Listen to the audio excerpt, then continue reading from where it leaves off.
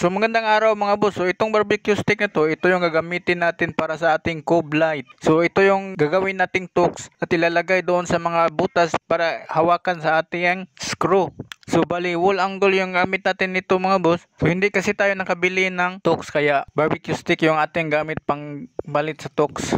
A few moments later. So yan mga boss, ito na natapos na natin. Bali yung sukat sa ating gilid ay 14 cm at yung sa taas naman ay 19 cm. So habang dito sa baba mga boss, nag-prepare tayo ng para gawin nating letter L or letter T para yan yung hawakan sa ating gilid at saka sa itaas ng ating or cove ceiling design.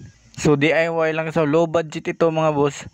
At saka yung gagamitin kasi natin dito mga boss ay marine plywood. So magaan lang siya kaya so hindi masyadong magkalapit yung ating paglagay ng brace.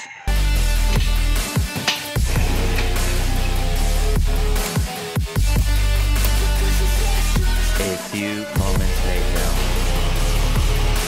So ito mga boss, yung gamit natin yan yung automatic riveters. So nilalagay lang ito sa barina at hinihigpit lang ito at matatanggal na yung ulo mga boss. So yan, hindi na tayo mahihirapan sa pag yung manual na riveter na gamit mga boss. So bali yung gamit natin sa gilid mga boss ay metal paring. They say the devil made it for his entertainment, but even he couldn't learn how to contain it. Her high heels make a damn good statement. There is no replacement, a body by Satan. She got a bad little waist, and we tearing down this place off the liquor that we chase. So next is yung sa gitna mga boss, lalagyan natin yan ng plywood. So unahin natin lagyan ng plywood mga boss yung sa gitna para hindi tayo mahilapan dito sa ilalim. So yan. A few moments later. So nalagyan natin yan. So yan mga boss, nalagyan natin yung sa gitna at saka sa gilid at saka yung sa ilalim. So yan, natapos na yung isang side na yan mga boss, natapos na natin yan lagyan. Yan, napansin niyo yung brace natin mga boss, sobrang layo mga boss. Mali tatlo yung lagay natin brace. So ito yung makikita natin sa taas mga boss. Yan.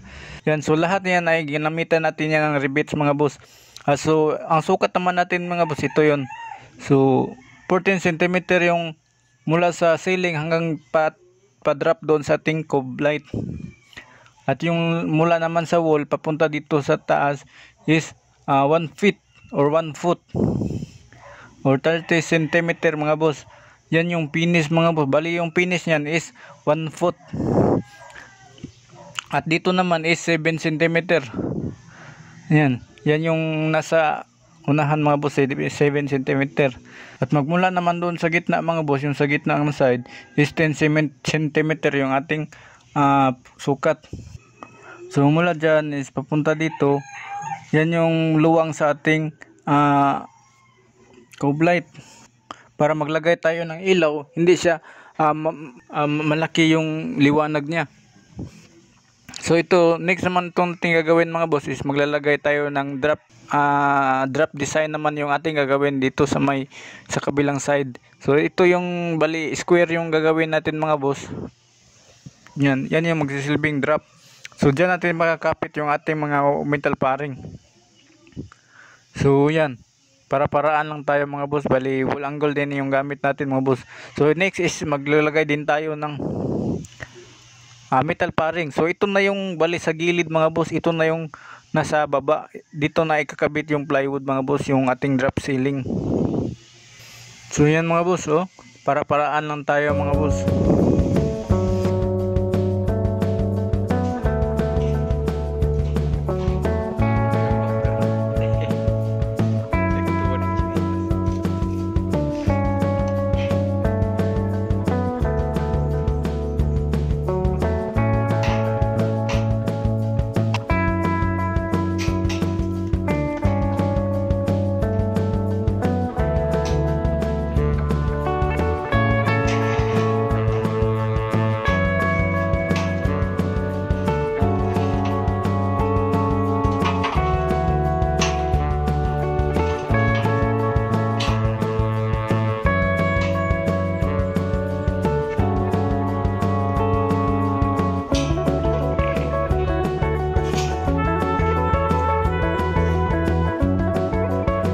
So ito na mga boss, natapos natin lagyan ng mga brace at ready na yan ikabit. So next is lalagyan natin ito ng mga nakatayong brace para yan yung ikakabit natin sa kisame na nakalagay doon sa ating yan yung kakabit natin sa wall angle yung nakalagay sa ating kisame.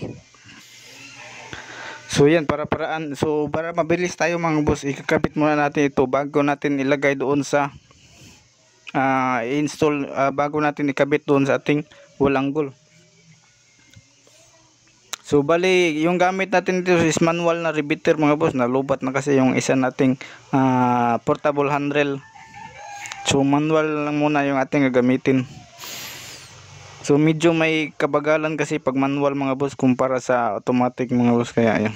So ito na mga boss, ilalagay natin yung ating drop ceiling design. So natapos na yan ikabit dun sa ating wall angle. Next is lalagyan naman natin ito ng plywood para yung magsisilbing cover sa may gitna na part. So yan, para-paraan na tayo. So nakabantay nyo sa gitna mga boss, yun yung nagsisilbing ilaw natin, yung sa wiring. So ito na mga boss, naglagyan na natin ng plywood sa gilid at saka sa ilalim at naka-outlet na yung wire mga boss. So, next lang natin gagawin ito mga boss is maglagay tayo ng masilya sa lahat ng ating ginawang cove light at saka yung drop ceiling design natin. So yan, so bali babatakan muna natin lahat ng joint mga boss at tapos lalagyan ng masilya lahat ng plywood, tapos lilihain at pipinturahin.